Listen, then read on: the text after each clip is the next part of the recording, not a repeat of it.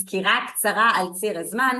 אז יש לנו פה 3 ילדים מתוך הרביעייה המופלאה שלי. איפשהו בתהליך הפרידה מהחיתול שלהם, אני לא יודעת להגיד כמה זמן זה לקח, אני לא זוכרת מתי התחלנו, אני לא כל כך זוכרת גם את התהליך גם, ויש לזה מכנה משותף אחד משמעותי. אני באותם זמנים גם לא למדתי התמחות בפרידה מחיתולים, לא ידעתי את כל מה שאני יודעת היום, לכן זה גם ממש ממש זרם. גם אני היום ברגעים אלה ממש נמצאת בתוך התהליך של רני. רני, אני לבד, אני מחליטה זליג. רני מעבר לזה שהיא משוגעת, התהליך פרידה מחיתולים שלה הגיע כשאני כבר יודעת המון.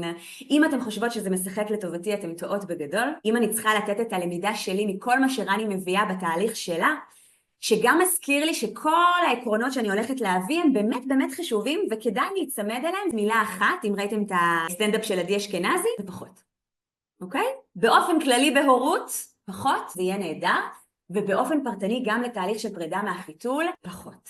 מה זה אומר? זה אומר פחות לדעת, פחות לדאוג, פחות להסתכל, פחות לראות את מה שלפעמים קשה לי לראות, אוקיי? וכל אחת ככה תשתף אותנו בהמשך. פחות לדבר, פחות להתערב, פחות להפריע להם, פחות לרצות, פחות לנסות, פחות לשכנע. אנחנו רוצים יותר בתהליכים כאלה לסמוך. אוקיי, אני יודעת שזה מאוד מאוד קשה, אני לא יכולה להגיד את זה מספיק פעמים.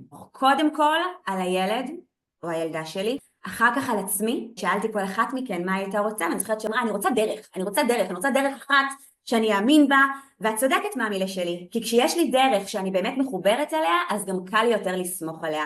וכשאני מרכיבה טלאי על טלאי את מה שזאת אמרה, וזאת אמרה, וזאת אמרה, וזאת אמרה, אני יותר מתקשה לסמוך על עצמי, ובסוף הילדים שלנו גם מרגישים את זה בתהליך הזה. לסמוך על זה שיהיה בסדר. זה אחד הדברים שהילדים שלנו יותר צריכים מאיתנו, והכי קשה לנו לגייס, כי אנחנו למדנו כל השנים בעיקר לעשות, בעיקר לקדם, בעיקר למצוא את הדבר הזה שיביא עוד התקדמות ועוד צעד אחד, ולמדנו לדבר במילים של כלים. בסופו של יום, כל מה שקשור למערכות יחסים, והרי הורות זה תקשורת בין אישית אחת גדולה, דברים מתרחשים יותר בתדרים, יותר באנרגיות, יותר באווירה, יותר במיינדסט. אני אנסה ככל שניתן לעזור לכם היום קצת יותר לסמוך על כל הפרמטרים שכתובים פה דרך 2 דברים שנעשה. אנחנו נתחיל בזה שאני אנגיש לכם ואתן לכם איזושהי הצעה לדרך, הצעה, עקרונות, מבנה, כל דבר כזה נורא ברור, שהוא גם בסופו של דבר עוזר בתוך התהליך. אבל החלק השני זה באמת יהיה התמיכה עצמה, ואני בכוונה קוראת לזה מפגש תמיכה ולא מפגש למידה.